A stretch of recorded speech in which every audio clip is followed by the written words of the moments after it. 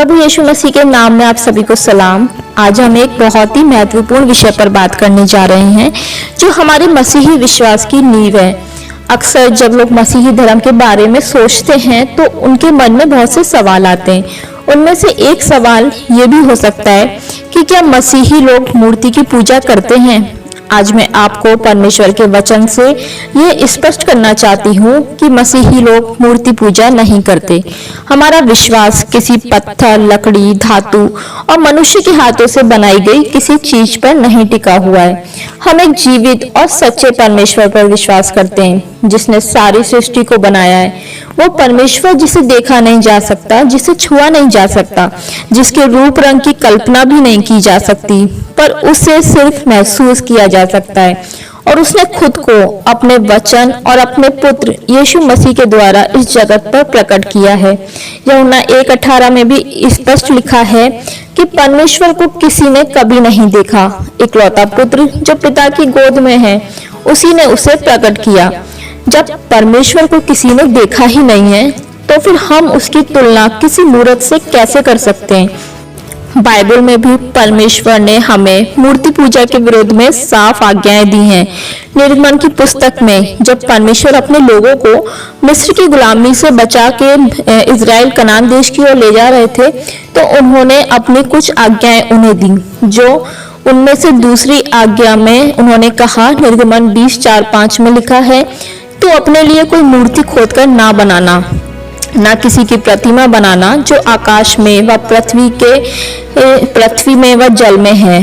तू उनको दंडवत ना करना और ना उनकी उपासना करना, क्योंकि मैं तेरा परमेश्वर यहोवा जलन रखने वाला ईश्वर हूँ। ये कितनी स्पष्ट बात है। परमेश्वर खुद हमें बता रहे हैं कि हमें किसी भी तरह की मूर्ति, फोटो या छवि की उपासना नहीं करनी चाहिए। वो कहते हैं कि वो एक जलन रखने वाले परमेश्वर हैं।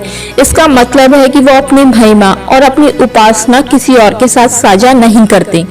दूसरा, बाइबल हमें बताती है कि मूर्ति पूजा व्यर्थ और बेकार है।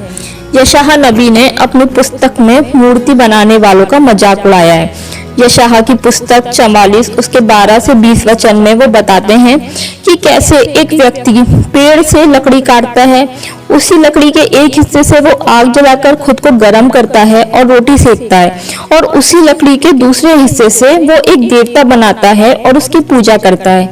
यशायाह 44:17-18 कहता है, उसके बचे हुए भाग को लेकर वो एक देवता अर्थात एक मूर्त खोदकर बनाता है। तब वह उसके सामने प्रणाम और दंडवत करता और उससे प्रार्थना करके कहता है, मुझे बचा ले क्योंकि तू मेरा देवता है। वे कुछ नहीं जानते ना कुछ समझ रखते हैं, क्योंकि उनकी आंखें ऐसी मूंदी गई हैं कि वो देख नहीं सकते और उनकी बुद्धि ऐसी है कि वे बूझ नहीं सकते। भजन संहिता 115 के 4 से 8 वचन में लिखा है कि उन लोगों की मूर्तें सोने चांदी ही की तो हैं, वे मनुष्यों के हाथ की बनाई हुई हैं। उनका मुंह तो रहता है परंतु वे बोल नहीं सकती, उनके आंखें तो रहती हैं परंतु वे देख नहीं सकती, उनके कान तो रहते हैं परंतु वे सुन नहीं सकती, उनके नाक तो रहती है परंतु वे सूंघ नहीं सकती, उनके हाथ तो रहते हैं परंतु वे छू नहीं सकती, उनके पांव तो रहते हैं परंतु वे चल नहीं सकती, और अपने कंठ से कुछ भी शब्द नहीं निकाल सकती। जैसे वे हैं वैसे ही उनके बनाने वाले हैं, और उन पर भरोसा रखने वाले भी वैसे ही हो जाएंगे। अब जो मूर्ति मनुष्य के हाथों से बनी है, जो देख नहीं सकती, सुन बोल नहीं सकती, चल नहीं सकती, वो हमको भला कैसे बचा सकती है। उन पर भरोसा रखना व्यर्थ है, बिल्कुल बेकार है। परंतु हमारा परमेश्वर ऐसा नहीं है। वो जीवित है, वो हमारी प्रार्थनाएं सुनता है, वो हमें देखता है और उसके पास हमें बचाने की शक्ति है। तीसरा, बाइबल हमें सिखाती है कि केवल यीशु मसीह के द्वारा ही हम परमेश्वर के पास जा सकते हैं। लोग सोचते हैं कि वो मूर्ति के माध्यम से परमेश्वर तक पहुंच सकते हैं या अपनी प्रार्थनाएं किसी मूर्ति के द्वारा परमेश्वर के पास भेज सकते हैं, लेकिन बाइबल हमें सिखाती है कि परमेश्वर तक पहुंचने का केवल एक ही मार्ग है, यीशु मसीह। प्रेरितों के काम 4:12 में पतरस स्पष्ट रूप से कहते हैं कि और किसी दूसरे के द्वारा उद्धार नहीं, क्योंकि स्वर्ग के नीचे मनुष्यों में और कोई दूसरा नाम नहीं दिया गया जिसके द्वारा हम उद्धार पा सकें। यीशु मसीह परमेश्वर और मनुष्य के बीच एकमात्र मध्यस्थ हैं। हमें किसी मूर्ति की मदद से परमेश्वर तक पहुंचने की आवश्यकता बिल्कुल नहीं है। हम सीधे यीशु मसीह के नाम से परमेश्वर के पास आ सकते हैं और उद्धार पा सकते हैं, क्योंकि हम जानते हैं कि हजारों साल पहले यीशु मसीह ने हमारे पापों की क्षमा के खातिर क्रूस पर अपनी जान दी और तीसरे दिन वो मुर्दों में से जी उठे। चौथा, बाइबल हमें सिखाती है कि मूर्ति पूजा के द्वारा शैतान हमें धोखे में रखना चाहता है। जैसा हम जानते हैं कि शैतान धोखेबाज है और शैतान परमेश्वर के लोगों को भटकाने की कोशिश करता है। मूर्ति पूजा एक ऐसा तरीका है जिसके द्वारा शैतान लोगों को सच्चे परमेश्वर से दूर ले जाता है। पहला कुरिन्थियों 10:19-20 में प्रेरित पौलुस कहते हैं, फिर मैं क्या कहता हूँ, क्या ये कि मूरत का बलिदान कुछ है या मूरत कुछ है? नहीं, वरन ये कि अन्य जाति जो बलिदान करते हैं वे परमेश्वर के लिए नहीं परंतु दुष्ट आत्माओं के लिए बलिदान करते हैं, और मैं नहीं चाहता कि तुम दुष्ट आत्माओं के सहभागी हो। ये मसीही लोगों के लिए एक गंभीर चेतावनी है। जब लोग दुष्ट आत्माओं की उपासना करते हैं तो वो अनजाने में उन दुष्ट आत्माओं को सम्मान दे रहे होते हैं जो परमेश्वर के विरोध में है, और शैतान चाहता है कि लोग परमेश्वर की महिमा उसे ना दें बल्कि किसी और को दें। पुराने नियम का अध्ययन करने से भी हमें ये मालूम पड़ता है कि तब भी शैतान ने बार बार इस्राएलियों को मूर्ति पूजा के पाप में गिराने की कोशिश करी ताकि वो परमेश्वर से दूर हो जाएं। निर्गमन की पुस्तक में हम देखते हैं कि जब मूसा परमेश्वर से आज्ञा लेने के लिए सीनै पर्वत पर 40 दिन और रात था, तब सब इजरायली लोग हारून से कहने लगे कि उनके लिए एक देवता बना। तब हारून ने ढालकर सोने का एक बछड़ा बनाया और लोग कहने लगे, हे इजराइल, यही तेरा देवता है जिसने तुझे मिस्र देश से निकाला है। इसके कारण परमेश्वर का भयानक क्रोध उन सब पर भड़का और बहुत से लोग परमेश्वर के क्रोध के मारे गए। इससे पता चलता है कि परमेश्वर मूर्ति पूजा से कितना क्रोधित होते हैं कि उन्होंने सब मूर्ति पूजकों को नष्ट कर दिया। मगर दानिएल के 3 अध्याय में हम शद्रक, मेशक और अबेदनगो को देखते हैं, जिन्होंने राजा नबूकदनेस्सर के द्वारा बनवाई गई विशाल मूर्ति के सामने झुककर उसे दंडवत करने से मना कर दिया था।